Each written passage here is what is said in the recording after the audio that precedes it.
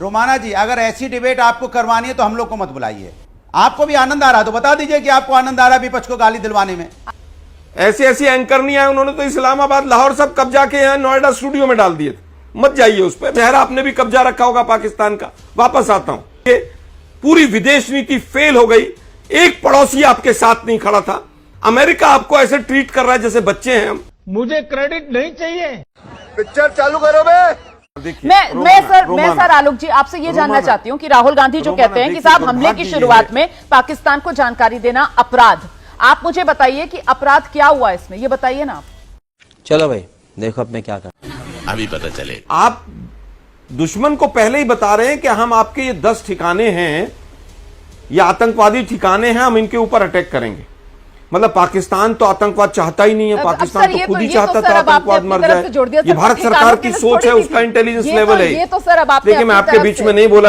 अरे क्या करूं मैं इसका। लेकिन मैं कह रही हूँ कि ये जो आपने कहा कि हमने पहले ही बता दिया कि 10 ठिकाने हैं, मतलब सर अब ये तो ऐसा लग रहा है कोई किस्सा शुरू हो गया यहाँ पर। आप ही बोल लीजिए ना, 2 लोग आप ही बोल लीजिए, हम चुप हो जाते हैं, विपक्ष चुप हो जाता है। इस पेशे को भड़वागिरी की पूरा हिंदुस्तान के मीडिया ने तो हिंदुस्तान के मीडिया ने तो 5-7-10 शहर कब्जा दिए थे। अब मैं उस ट्रैक पे चलूंगा फिर दिक्कत हो जाएगी। नहीं सर, मैं फिर कह रहा हूं तो आप मुझे बोल तो लेने दीजिए भाई। ऐसे एंकर नहीं आए, उन्होंने तो इस्लामाबाद लाहौर सब कब्जा के यहाँ नोएडा स्टूडियो में डाल दिए। मत जाइए उस पर। मैं वापस आता हूँ मुद्दे पर। प्यारी समझ गई। तो राकेश जी हमारे सीधे सवाल है, एक फेल सरकार से एक कमजोर। अरे भाई सुनिए ना भाई, राकेश जी तो पता नहीं क्या क्या कह के चले गए। राकेश जी तो कह गए कश्मीरी पंडित हमारे टाइम में वापस आ गए, आपने रोका नहीं।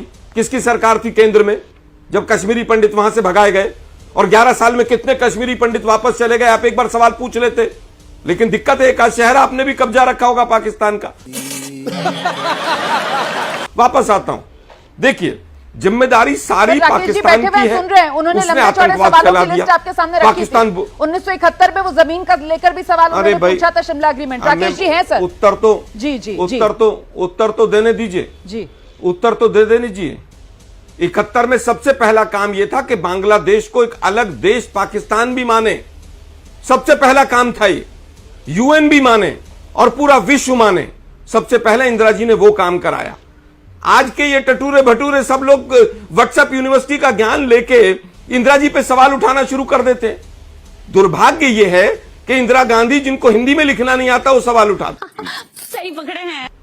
71 में हमारी क्या अवस्था थी? हमारे पास कुछ नहीं था, इकोनॉमी के एंगल से भी, डिफेंस के एंगल से भी। आज 60 साल हम आगे आ गए हैं। हम पूछना चाहते हैं मोदी जी, 56 इंच का सीना, विश्व गुरु, पूरे सैकड़ों देश घूम लिए, पूरी विदेश नीति फेल हो गई। एक पड़ोसी आपके साथ नहीं खड़ा था। अमेरिका आपको ऐसे ट्रीट कर रहा है जैसे बच्चे हैं हम। तुम्हें शर्म है कुछ? Let's come on the table, let's do the business, ये लैंग्वेज है उसकी। आधा घंटे के संबोधन में मोदी जी अमेरिका का नाम नहीं ले पाए। अमेरिका ने टेररिज्म शब्द का इस्तेमाल नहीं किया।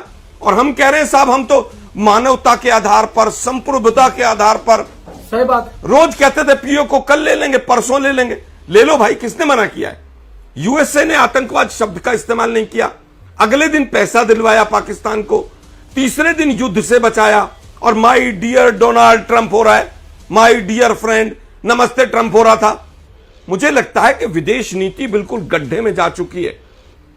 विदेश नीति हो चाहे सरकार की डिफेंस नीति हो, कोई स्पष्टीकरण नहीं। ठीक है, 26 जाने चली गई, कोई जिम्मेदार नहीं। ठीक है, मैं जवाब कौन जिम्मेदार है जरा बता दीजिए मुझे। राजीव रंजन जी, किसी ने एक इंटेलिजेंस फेलियर की जिम्मेवारी ली? मुझे क्रेडिट नहीं चाहिए।